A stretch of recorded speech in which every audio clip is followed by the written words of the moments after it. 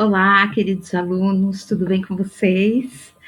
Eu sou Lúcia, professora de História. Nós vamos fazer uma aula hoje falando das características dos regimes totalitários.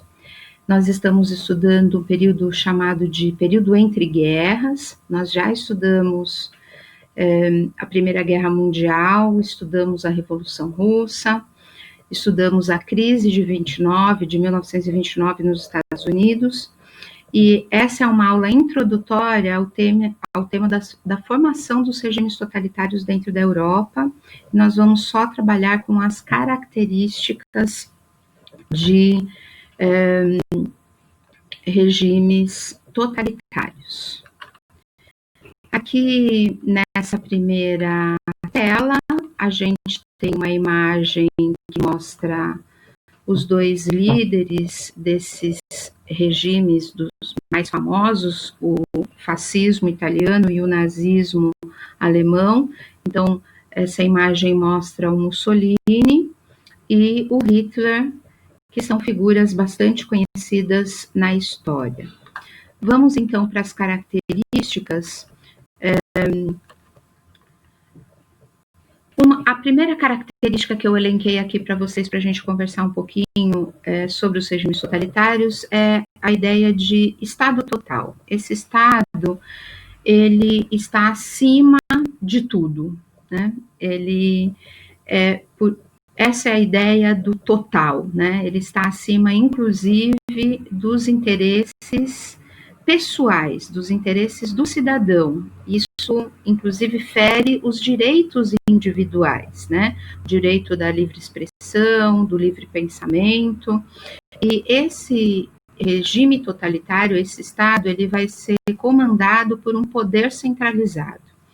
Esse poder está na mão de um líder, né? De uma única pessoa que inclusive acaba sendo cultuada como um líder salvador, que vai levar a nação a um estado melhor, a uma situação melhor, e essa vontade desse líder, ela expressa também a vontade do Estado.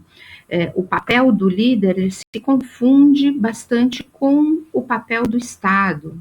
O líder, o comandante, o condutor, né, no caso da palavra duce em italiano, que significa condutor, é aquele que conduz o povo, né, é aquele que leva as pessoas para um estado melhor. Esse poder centralizado e esse regime totalitário, ele também tem uma característica de partido único. Então, na Itália, nós vamos ter o partido fascista e na Alemanha o partido nazista. Esse culto ao líder, ele é construído muito através de uma propaganda estatal. O Estado, ele promove propagandas falando tanto do regime, do que o regime faz, de como o regime está atuando dentro do país, né? E também do próprio líder, né? Mostra o líder à frente da sua população, comandando as suas tropas, enfim. Essa propaganda estatal, ela serve como um mecanismo de manipulação das mentes, né? Faz as pessoas acreditarem que aquele regime é o regime que vai organizar o país, que vai salvar o país, que vai colocar o país nos eixos, enfim. Essa propaganda, ela também vai trabalhar com sentimentos muito importantes para esse período e para a consolidação desses regimes nesse período pós-Primeira Guerra Mundial e crise de 29 também, né, que afeta a Europa. Então, o nacionalismo, que é aquele sentimento de devoção à nação, o ufanismo, né, que é o sentimento também de exacerbação do próprio país, principalmente se comparado a um outro país, por exemplo, o patriotismo, né, isso inclusive dentro das próprias escolas, com o hábito de cantar o hino, de manter as crianças marchando, por exemplo, né, caracteriza esses regimes? É óbvio que a gente vai, apesar desses regimes se colocarem como regimes democráticos, a gente está vendo que as características desse regime não é uma característica democrática. Uma porque, inclusive, quando esse líder sobe ao poder, ele instaura mesmo uma democracia, anulando o processo eleitoral, né? E é óbvio que, em cima dessa situação, a gente vai ter pessoas se colocando contrárias a isso.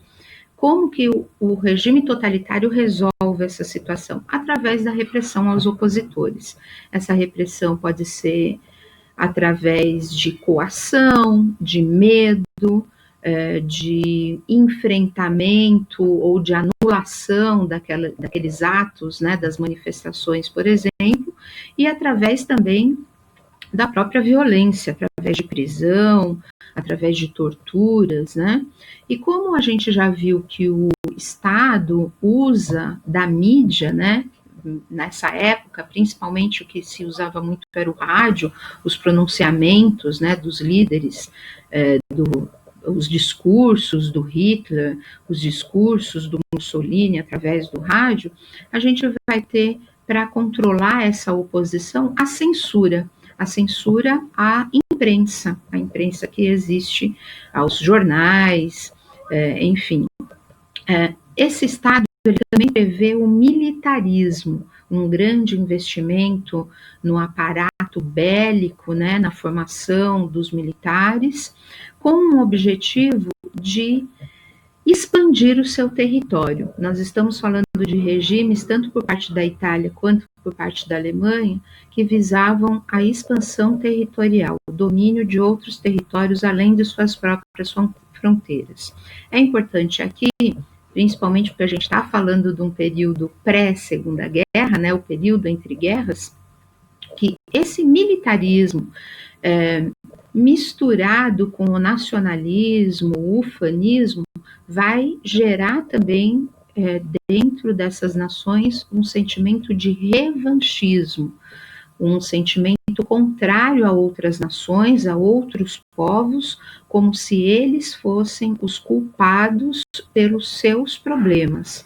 E aí o líder, o Führer, no caso da Alemanha, ou o Duce, na Itália, vai ser o salvador da pátria, vai ser aquele que vai guiar o seu povo para um futuro melhor, para o sucesso, para a prosperidade. Essa é a ideia que é vendida dos regimes totalitários. Eu espero que vocês tenham gostado. Essa é uma proposta de um regime, de um vídeo bem curto e objetivo, e até o nosso próximo encontro. Obrigada. Gratidão.